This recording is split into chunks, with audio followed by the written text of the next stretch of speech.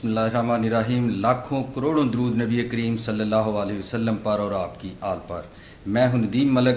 ایڈین news میں آپ کو خوش آمدید کہتا ہوں. جی ناظرین، ڈسکا بار میں سالانہ الیکشن 2020-21 کی آمد ہے جو ہر سال جنوری میں منعقد ہوتا ہے. اسی مناسبت سے میرے آج کے پروگرام کے مہمان ہیں پروفیشنل گروپ آف لائرز کے امیدوار برائے صدر، نڈر، بے باک اور قائدانہ صلاحیتوں سے مالا مال جناب صاحبزادہ سید عمران حیدر شاہ صاحب.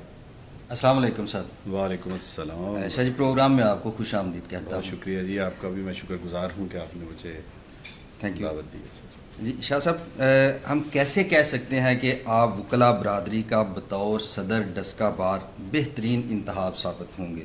آپ کے عزائم اور منشور کیا ہے؟ جی، میں یہ سمجھتا ہوں کہ میرا تعلق ایک سیاسی اور مذہبی گھرانے سے ہے، اور ہمارا خاندان، ہماری فیملی عرصہ دراز سے تحصیل ڈسکا کے لیے نہ صرف بلکہ پورے پاکستان کے لیے سرو کرتی رہی ہے.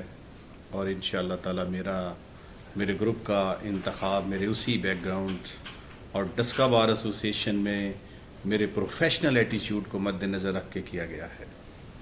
لہٰذا یہ چیزیں میرٹ پر کی گئی ہیں، اور میرٹ پہ جس چیز کا انتخاب کیا جائے میں سمجھتا ہوں کہ اسی کو کامیابی نصیب ہوتی ہے.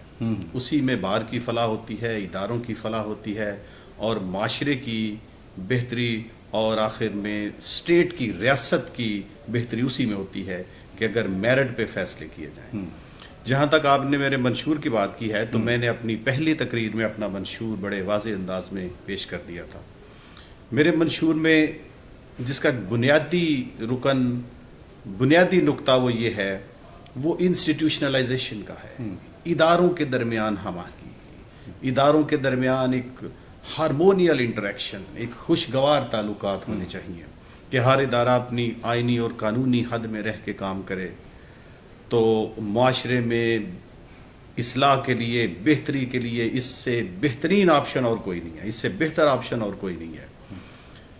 اس کے علاوہ میں ڈسکا بار ایسوسی ایشن کے حوالے سے میں نے اپنا منشور پیش کیا کہ ڈسکا بار میں وکلاء کی یہ واحد الیکشن ہے کہ اس سے پہلے مجھے اس کی مثال نہیں ملتی. یہ واحد الیکشن ہے جو نظریے کی بنیاد پہ لڑا جا رہا ہے.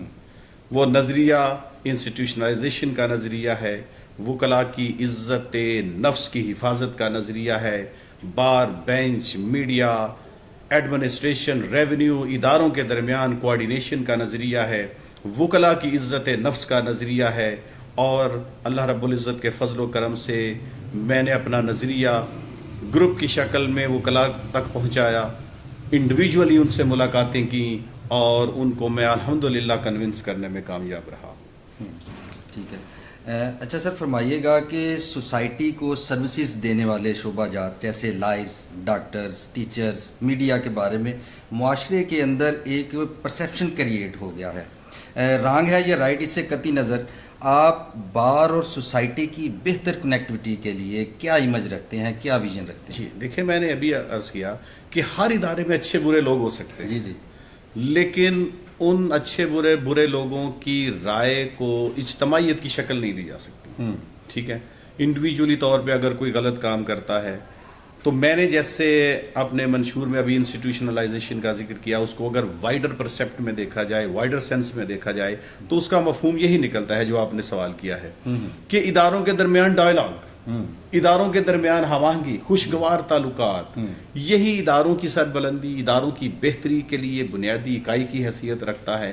اور میرے نزدیک یہی ایک واحد حل ہے کہ جو اداروں کے درمیان انٹریکشن پیدا کر سکتا ہے، وہ ہے اداروں کے درمیان ڈائلاگ ہونا.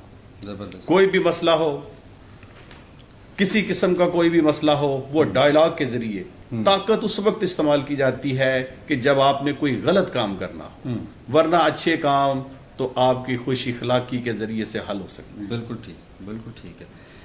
اچھا، آخر پہ نا ایک لطیفہ شاہ جی آپ سے شیئر کرنا چاہتا ہوں.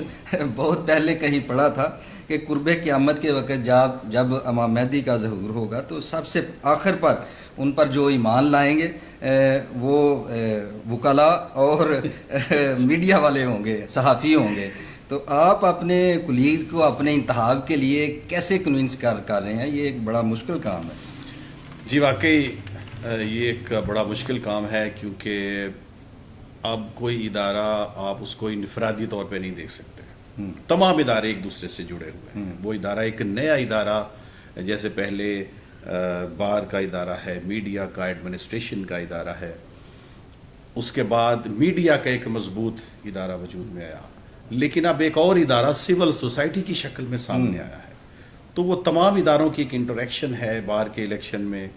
تو یہ واقعی وکلاء کو کنونس کرنا کہ وکلاء معاشرے کی ایک کریم ہے، پڑھے لکھے لوگ ہیں، لیکن میں یہ سمجھتا ہوں کہ وکلاء نے جب بھی فیصلہ کیا ہے وہ میرٹ پہ فیصلہ کیا ہے. بار نے کبھی غلط انتخاب نہیں کیا، ہمیشہ میرٹ کو ترجیح ہے اور ترجیح دی ہے. جب بھی فیصلہ کیا ہے وہ میرٹ پہ کیا ہے. اور جہاں تک آپ کے لطیفے کا تعلق ہے تو لطیفے کی حد تک تو ٹھیک ہے، ادروائز امام مہدی علیہ السلام پہ تو ہمارا ایمان ہے. ٹھیک ہے، وہ امام حجت ہیں، امام عصر ہیں، تو ہم تو پہلے ہی ان پہ ایمان رکھتے ہیں. ٹھیک ہے. بہت شکریہ سر، آپ نے اپنا قیمتی وقت دیا. ہمیں امید واسق ہے کہ آپ کے دوسرے انٹرویو تک انشاءاللہ آپ صدر بار یقیناً منتخب ہوں گے، اور پھر انشاءاللہ آپ کا تفصیلی شخصی انٹرویو کریں گے. یہ ہماری انٹرویو کی پہلی ایپیسوڈ کے طور پہ ہم اپنے ناظرین سے یہ پرامس کرتے ہیں. تو اللہ تعالیٰ آپ کو کامیابیوں اور عزتوں سے نوازے. جی ناظرین، پروگرام آپ نے دیکھا. اپنی قیمتی آراء، فیڈ بیک، لائکس، کمنٹس کی صورت میں ضرور دیجیے گا. مجھے اجازت دیجیے. اللہ حافظ. پاکستان زندہ باد.